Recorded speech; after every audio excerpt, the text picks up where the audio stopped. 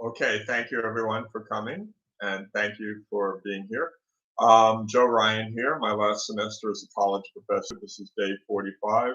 It's Wednesday, May 5th, Cinco de Mayo, which, I learned all about that when I was a teacher, which is interesting. I went through years where Cinco de Mayo was a really big deal. Actually, before I was a teacher, I had worked at an organization called Charo, which was like a community organization to help the community. And I was doing publicity for them. And so May 5th came at least once while I was there, and we celebrated it in a big way. And having lived in Silver Lake in that area, it was a big deal. Now, I don't think people treat it the way we used to treat it, which is fine, but I'm just saying that it's different. So Cinco de Mayo. Today, I got off on the wrong foot with these students because, they were asking me questions that I felt weren't attacks so much as they were trying to like get clarification, which was smart of them about what their writing assignments are for the rest of the semester. And then one student said, is that the only writing we're going to do? And the tone of their voice was hard for me to read. I didn't know if she was happy about it or was thinking I was had fallen down on the job or something. So my response was, well, if you want more work, I'll give it more. I'll give you more. And I also chastised her by saying, hey, don't ever ask a teacher for more, for what sounds like you want more, because, we will definitely oblige you on that. Now, I don't really want to give them more work because more work for them right now is more work for me.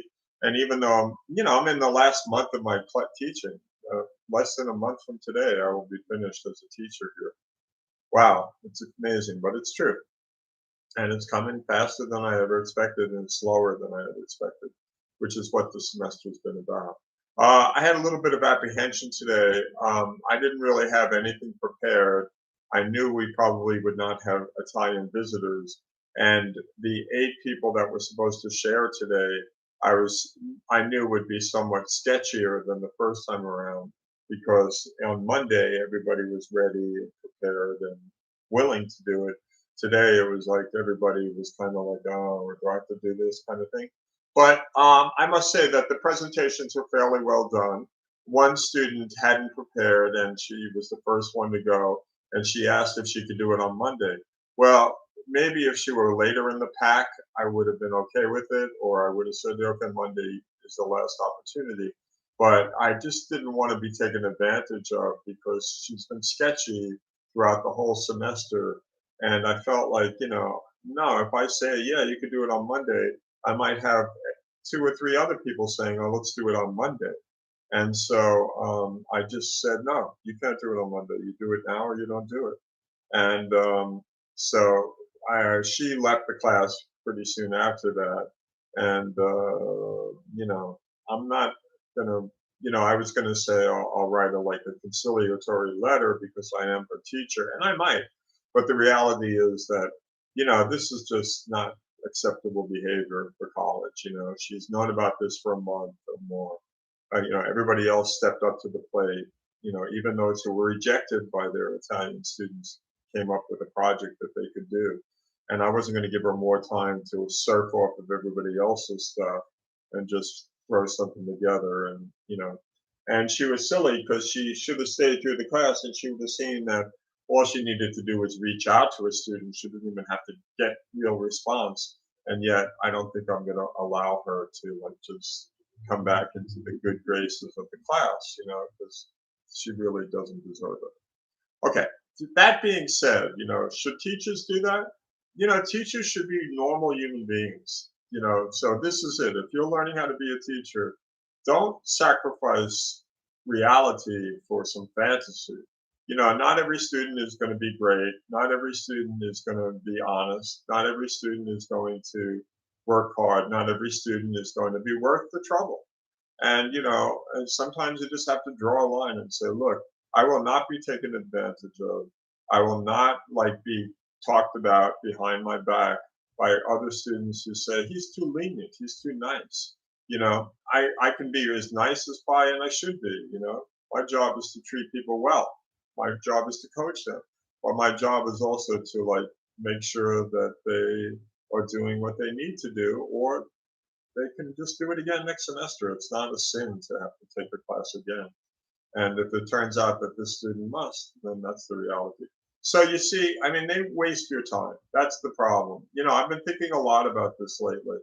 I would continue with this profession for the rest of my life. I had a job for life. I won't have it anymore when I retire. But a lot of this has been compromised. It's been like kind of like working hard when they're not working hard, or thinking about them when they're not thinking about what their responsibilities are. So, not that that's a one-way street, and I don't want to get into that. That's not really fair. But I'm glad I'm kind of trying to talk this out here. I have been a ward of the state of California. I have not always kept standards as high as I wish I had. I have often allowed students to kind of skate. It's like what's happening in Congress today. It's like the bullshit, the lying and the subterfuge that goes around as if it's real and as if it's honest. I mean, it's hypocritical. And in many ways, I haven't been hypocritical because I've always tried my best, even when I haven't wanted to. But what's hypocritical is the fact that, I will allow students to kind of blow through because I figured, they'll come to their point where they don't want to do it anymore, or they'll get to a teacher that just doesn't accept it. So, I want to, so again, it's like a tricky thing here. I'm tired of like letting people skate when they haven't done a good job. Like today, we had seven. Okay, one of them was a bust. Okay, two of them they didn't bother even to do graphics. Whereas my 71-year-old student and my older male student had both put together excellent graphics, had learned how to do PowerPoint and did it for us. And the other two were just like, oh, I'm not going to get around to it. So I'll evaluate them later today, and probably I'll give them a lower score because of it. Definitely, I'll give them a lower score. Anyway, so that being said, we still had a good time. It was salvageable, and I saved it because there was a lot of language being exchanged, and it was all in English, and that was great. There was good talk about Italian students, and there was some, good talk about atypical. So, we worked hard and we got it done, and in a way, I was able to set them up for the rest of the semester because they made me do it. They said, "When is this going to be due? When is this going to be due?" And I said, "Okay, let me write it out for you," and I did. So I'm glad that this worked out.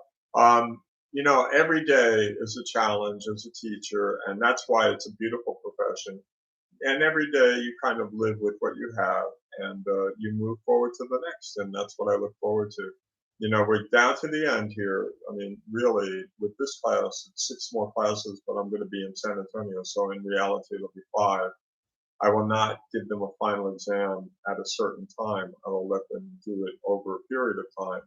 And so, I mean, when you think about it, there's probably 12, 15 at the most classes to go. And then I'll be happy, that this semester is over and I'll be set. But thank you for the time.